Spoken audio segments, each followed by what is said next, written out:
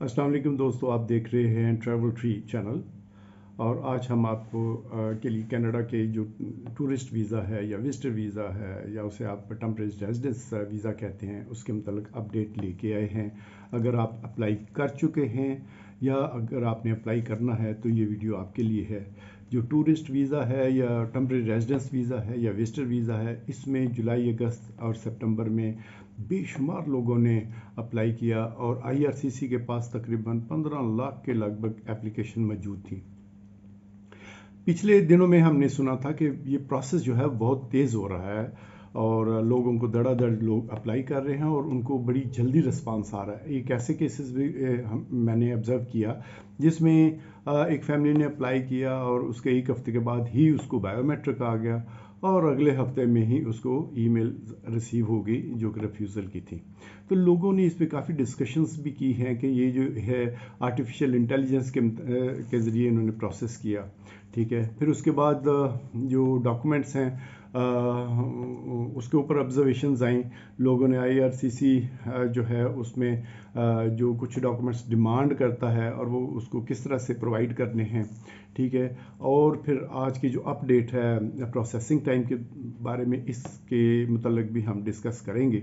फिर भी अगर आपका कोई सवाल रह जाए तो आप कमेंट्स में मेरे से मालूम कर सकते हैं। तो सबसे पहले जो अपडेट है वो ये है कि पहले जो इतनी जल्दी प्रोसेस हो रहा था और अभी आईआरसीसी पोर्टल पे कनाडा इमिग्रेशन ने बताया है कि अभी ये जो प्रोसेसिंग टाइम है इंडिया, पाकिस्तान और बाकी बांग्लादेश, श्रीलंका के लिए वो 94 डेज़ और इससे ज़्यादा कर दिया गया है और यानी कि 3 माह से ज़्यादा का टाइम कर दिया गया है। अभी जो लोग अप्लाई कर रहे हैं उनको चाहिए कि वो इस तरह से अप्लाई करें कि उनकी जो ट्रैवलिंग डेट है वो तकरीबन 3.5 माह से 4 माह के बाद की होनी चाहिए, क्योंकि ये जो प्रोसेसिंग टाइम है वो बायोमेट्रिक के बाद स्टार्ट होता है और उसके बाद आप खुद ही कैलकुलेट कर लेते हैं कि कितनी देर में बायोमेट्रिक आता है और उसके बाद कितना टाइम उन्हें प्रोसेसिंग टाइम लगेगा, 94 डेज़, और फिर उनका जो वीज़ा है वो वैलिड रहेगा, ठीक है।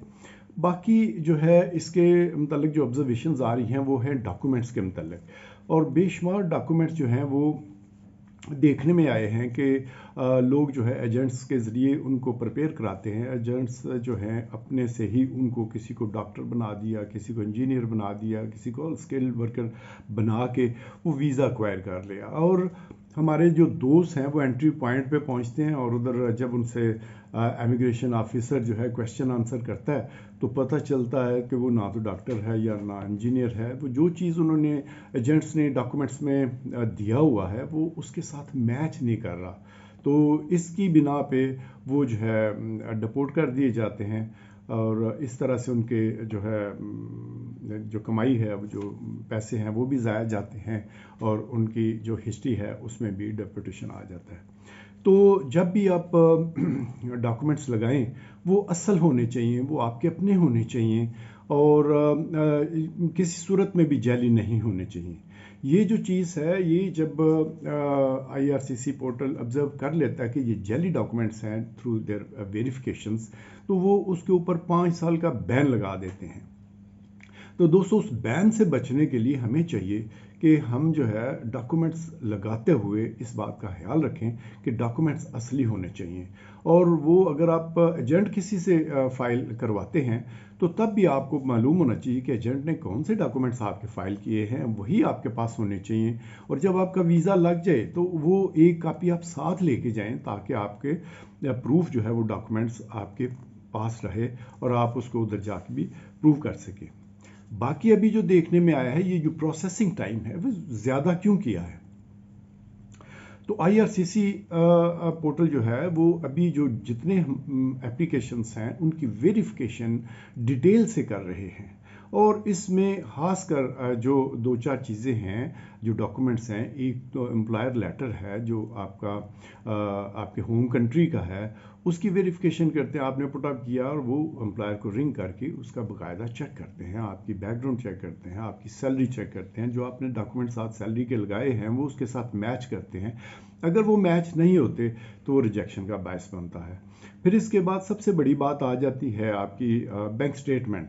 बैंक स्टेटमेंट की वेरिफिकेशन होती है, बैंक्स को कॉल जाती है जिसकी स्टेटमेंट आपने साथ लगाई है और उसकी जेन्युइनिटी वो चेक करते हैं, और ये भी एक जो है आपके अप्रूवल और रिजेक्शंस का सबब बनता है।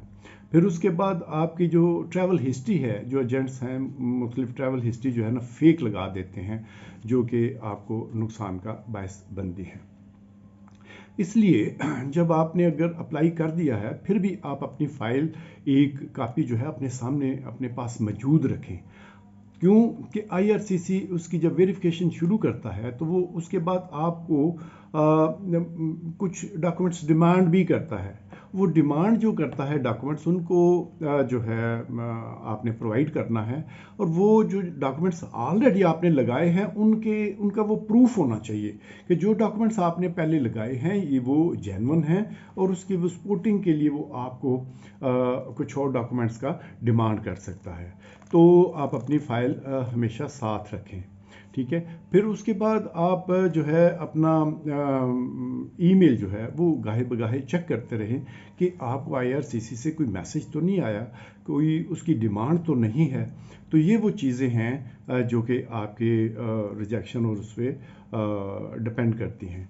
तो अभी जो है रिफ्यूज़ल केसेस जो आते हैं उसमें आपने ये देखना है कि उसमें रिफ्यूज़ल का रीज़न क्या है, क्योंकि जब आपने सेकंड टाइम आपने अप्लाई करना है, आप 2-1 माह के बाद आप उसको दोबारा अप्लाई करें और वो जो रीज़न आया है आप उसका प्रूफ दें कि वो रीज़न आप किस तरह से ठीक है।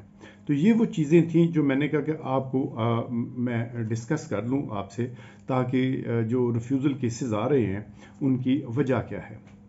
अभी इसमें जो है 3 चीज़ें आपने इंश्योर करनी हैं, जो कि नंबर 1 आपका जो डॉक्यूमेंट्स हैं वो जेन्युइन होने चाहिए, और उसके बाद उसका जो कवरिंग लेटर है उसमें आपने वो चीज़ें अपनी बैक टाइज जो हैं वो आपने लगानी है कि जी आप आफ्टर टूरिस्ट वीज़ा के वेल करने के आपने वापस आना है अपने होम कंट्री में।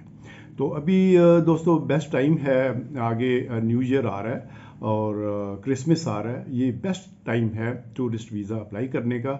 और मैं इसके बाद एक और वीडियो अपलोड करूंगा जिसमें मैं तमाम डॉक्यूमेंट्स जो हैं जो रिक्वायर्ड हैं टूरिस्ट और विजिटर वीज़ा के लिए वो आपको बताऊंगा, और उम्मीद है कि आपकी जो सक्सेस रेशियो है वो 100% होगी। बड़ी मेहरबानी, आप मेरा जो चैनल है ट्रैवलरीज को आप सब्सक्राइब कर लें ताकि मेरी नेक्स्ट वीडियो आपके लिए यूज़फुल हो। Thank you very much. अल्लाह हाफिज़।